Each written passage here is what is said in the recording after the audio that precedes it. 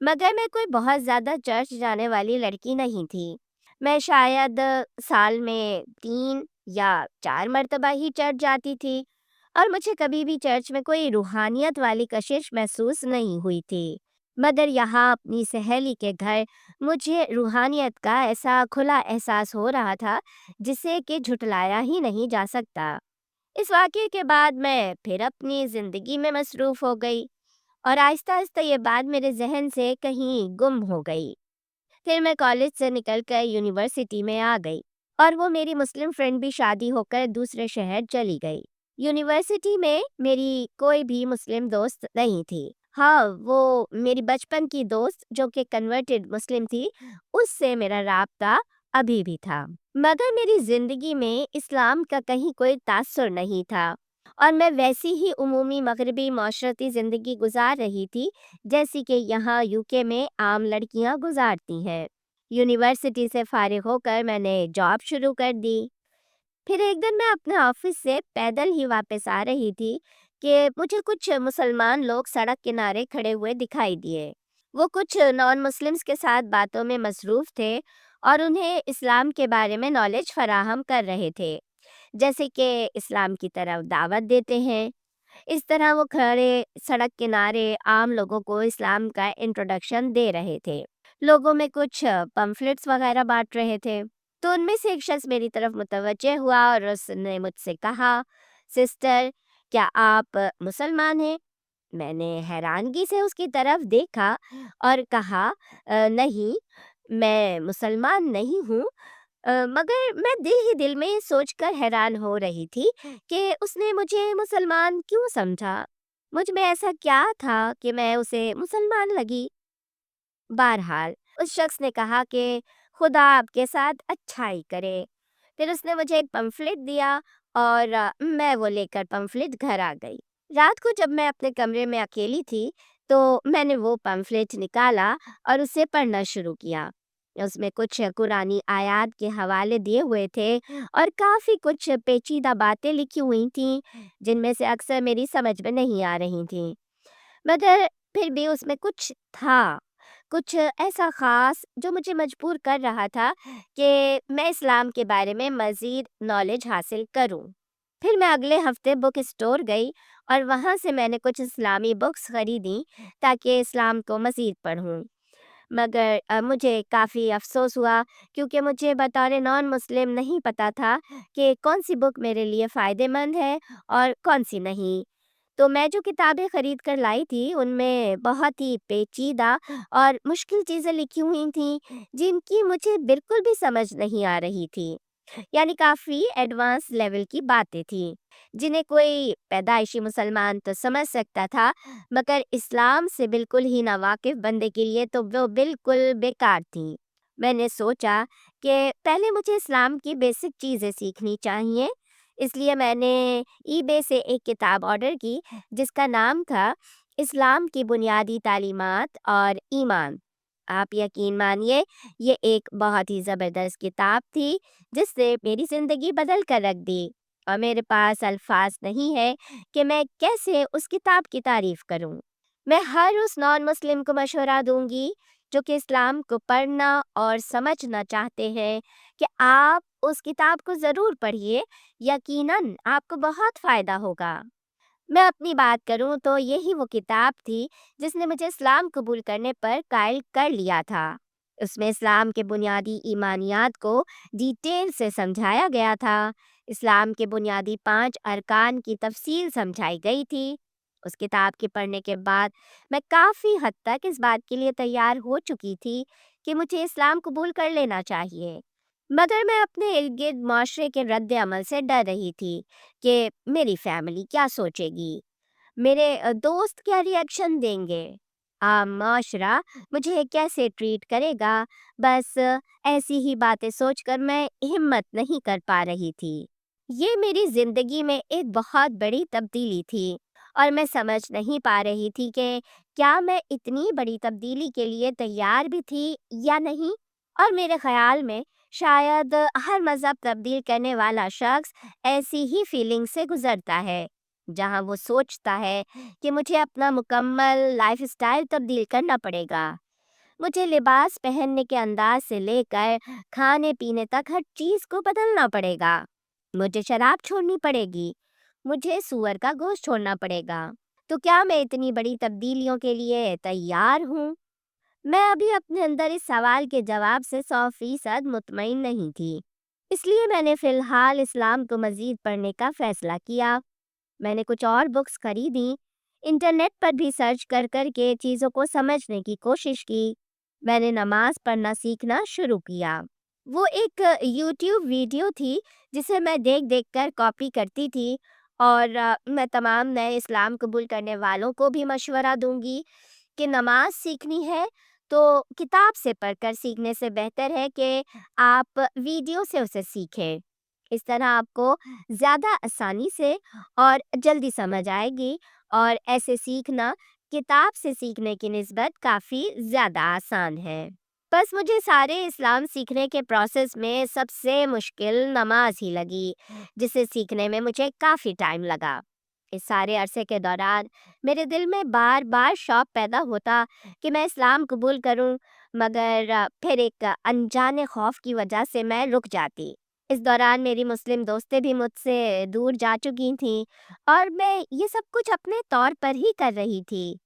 یہ بھی ایک وجہ تھی کہ مجھے اس پروسیس میں زیادہ ٹائم لگ رہا تھا۔ بہرحال پھر میں نے ہمت کر کے اسلام قبول کر ہی لیا، مگر اسلام قبول کرنے کے بعد مجھے تنہائی کا احساس زیادہ ہونے لگا۔ مجھے لگا کہ میں تنہا ہی ہوں، میرے ساتھ ایسا کوئی مسلمان دوست نہیں ہے جس کے ساتھ میں ان چیزوں کو شیئر کروں، اور نان مسلم فرینڈس کے ساتھ میں شیئر نہیں کرنا چاہتی تھی کہ پتہ نہیں وہ کیسا رد عمل دیں۔ اس لیے میں نے آن لائن سرچ کیا کہ میرے قریب کوئی ایسا اسلامی انسٹیٹیوٹ ہو جو کہ نئے اسلام قبول کرنے والوں کے لیے کچھ کلاسز وغیرہ ارینج کرتا ہو، تاکہ جہاں جا کر میں اسلام سیکھ سکوں۔ الحمدللہ مجھے اپنے قریب ہی ایک مسلم سسٹرز کے نام سے ایک گروپ مل گیا، جس میں تقریباً سبھی نیو کنورٹڈ مسلم لڑکیاں تھیں۔ میں نے ان سے رابطہ کیا، لوکیشن اور ٹائمنگ وغیرہ کی معلومات حاصل کی، مگر اگلے 2-3 دن پتہ نہیں کس خوف یا جھجک کی وجہ سے میں وہاں نہیں گئی۔ میں ایسے انجان لوگوں کے بیچ جا کر اسلام کو اناؤنس کرنے میں نروس محسوس کر رہی تھی۔ بہرحال 3-4 دن بعد میں وہاں گئی۔ ایک تو میں پہلے ہی مقررہ وقت سے لیٹ تھی، اور پھر میں 10-15 منٹ تک باہر گاڑی میں بیٹھی ہمت جمع کرتی رہی۔ پھر جب میں ہمت کر کے اندر گئی تو وہ ایک بڑا سا ہال کمرہ تھا۔ وہاں سبھی بہنوں نے میرا بہت اچھے سے استقبال کیا۔ ان میں اکثر ہی نیو کنورٹڈ مسلم لڑکیاں تھیں جو اسلام کی بیسک سیکھنے آئی تھیں۔ سب نے مجھ سے میرے اسلام قبول کرنے کی سٹوری بھی سنی، اور مجھے گلے لگا کر مبارکباد بھی دی۔ وہاں پر 2-3 نان مسلم لڑکیاں بھی آتی تھیں جن کا مقصد صرف اسلام کے بارے میں نالج حاصل کرنا تھا۔ اس گروپ کی سب سے خاص بات یہ تھی کہ یہاں نالج دینے کے بعد کسی کو فورس نہیں کیا جاتا تھا کہ لازمی اسلام قبول کرو۔ وہاں کی انتظامیہ کا کہنا تھا کہ آپ کو اسلام کی سمجھ آ گئی ہے، اب آپ کو کم سے کم یہ تو پتہ ہے کہ اسلام میں کچھ بھی ایسا نہیں ہے کہ جس کی وجہ سے اسلام یا مسلمانوں سے نفرت کی جائے۔ ان کلاسز سے نان مسلمز کو یہ فائدہ ہوگا کہ کم سے کم معاشرے میں نفرت کم ہوگی اور آپسی فسادات جنم نہیں لیں گے۔ میں تمام نئے اسلام قبول کرنے والوں کو مشورہ دوں گی کہ اگر آپ اسلام قبول کرنے کے بعد تنہا محسوس کر رہے ہیں، آپ کے ارد گرد کوئی مسلمان نہیں ہے، تو اپنے قریبی مسجد جائیے یا ایسے اسلامی گروپ سرچ کیجیے، مسلمانوں سے دوستیاں بنائیے۔ اس سے آپ کی نہ صرف ایمان اور اعمال میں اضافہ ہوگا، بلکہ آپ کو شیطان سے بھی پروٹیکشن ملے گی کہ وہ آپ کو بہکا کر دوبارہ اسلام سے دور کرنے میں ناکام رہے گا۔ نیو مسلمز کے لیے فوری طور پر اسلامی ماحول کو جوائن کرنا نہایت ضروری ہے۔ میں اگر اپنی بات کروں تو وہ اسلامی کلاسز میرے لیے لائف لائن تھیں۔ اگر مجھے وہ کلاسز نہ ملتی تو شاید میں اسلام میں اتنی راسخ نہ ہو پاتی۔ آج الحمدللہ میں 2 سال سے مسلمان ہوں، اور اسلام کی طرف سفر میں نے اکیلے ہی طے کیا ہے، اپنے شوق اور اپنی مرضی سے اسلام قبول کیا ہے۔ نہ مجھے کسی نے دعوت دی، نہ ہی کسی لڑکے کی محبت میں گرفتار ہو کر میں اس طرف آئی۔ الحمدللہ یہ میرے اللہ کی میرے ساتھ خاص رحمت تھی اور ہے کہ دن بدن زیادہ پختہ ایمان کے ساتھ نہ صرف میں مسلمان ہوں بلکہ بہتر سے بہتر مسلمان بننے کی کوشش کر رہی ہوں۔ میں آخر میں اس بات کے ساتھ اپنی ویڈیو کو ختم کروں گی کہ تمام نان مسلمس جو میری بات سن رہے ہیں، میری ان سے درخواست ہے کہ اسلام کو پڑھیے۔ لازمی نہیں کہ اسلام قبول کرنے کی نیت سے پڑھیں، بلکہ اس لیے پڑھیں کہ ہم آج جس دنیا میں رہ رہے ہیں وہاں لگ بھگ 2 بلین مسلمان ہیں۔ عیسائیت کے بعد اسلام دنیا کا دوسرا بڑا مذہب ہے۔ ہم سب کو آپس میں مل جل کر رہنا ہے، نفرت سے پاک ہو کر رہنا ہے۔ صرف اس لیے اسلام کو پڑھیے تاکہ آپ کو پتہ چلے کہ اسلام کی تعلیمات میں ایسا کچھ بھی نہیں ہے کہ مسلمانوں سے یا اسلام سے نفرت کی جائے۔ صرف محبت کے فروغ اور مل جل کر رہنے کے لیے پڑھیے اور اسے سمجھیے۔ جی تو ناظرین، کیسی لگی آج کی ویڈیو؟ اپنے ارد گرد موجود نان مسلمس تک اس ویڈیو کو شیئر کر دیجیے تاکہ محبت اور امن کا پیغام سب تک پہنچ سکے۔ اس کے ساتھ ہی اپنی بہن سدرامین کو اجازت دیجیے۔ اللہ نگہبان۔